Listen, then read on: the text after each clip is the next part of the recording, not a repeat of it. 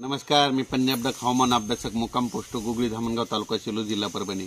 आज आहे 3 एप्रिल 2023। आजपासूनचा खास करून शेतकऱ्यासाठी अंदाज देत आहे, कारण की राज्यामध्ये आता आज 3 एप्रिल पासून राज्यात सर्व शेतकऱ्याची हळद काढणी चालू आहे, कांदा काढणी चालू आहे। तरी सर्व शेतकऱ्यांना एक सतर्क म्हणून अंदाज देत आहे, एक अधिसूचना म्हणून अंदाज देत आहे।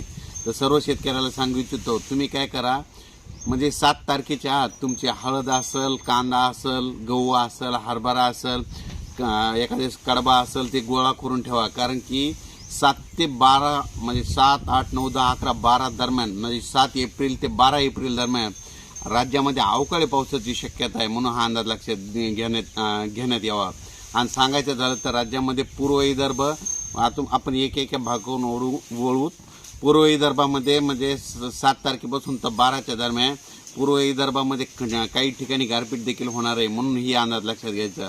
आणि विशेष पश्चिम विदर्भामध्ये चांगला पाऊस पडणार आहे, म्हणून ही अंदाज लक्षात घ्यायचा।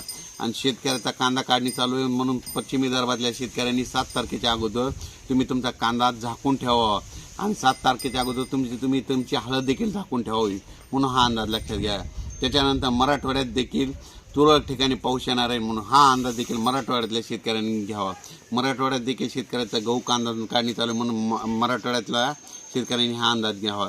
त्याच्यानंतर पश्चिम महाराष्ट्रात देखील तुरळक ठिकाणी पाऊस येणार आहे, म्हणून हा अंदाज लक्षात घ्या। त्याच्यानंतर कोकणपट्टी भागात देखील पाऊस येणार आहे, म्हणून हा अंदाज लक्षात घ्या। त्याच्यानंतर मध्य महाराष्ट्रात देखील पाऊस येणार आहे, म्हणून हा अंदाज लक्षात घ्यावा। त्याच्यानंतर उत्तर महाराष्ट्रामध्ये देखील ज्यांचा कांदा काढणी चालू आहे, गहू काढणी चालू आहे, त्यांनी 7 तारखेच्या आत तुम्ही तुमचा कांदा काढून झाकून ठेवावा, म्हणून हे सगळ्यांना सांगण्यात येत आहे।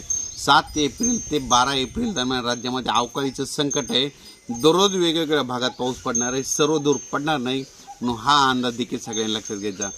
विखुरलेल्या स्वरूपाचा पाऊस असणार आहे, विजेच्या स्वरूपाचा पाऊस असणार आहे, वीज वारा देखील असणार आहे, म्हणून हे देखील सर्व शेतकऱ्यांना अंदाज द्यावा।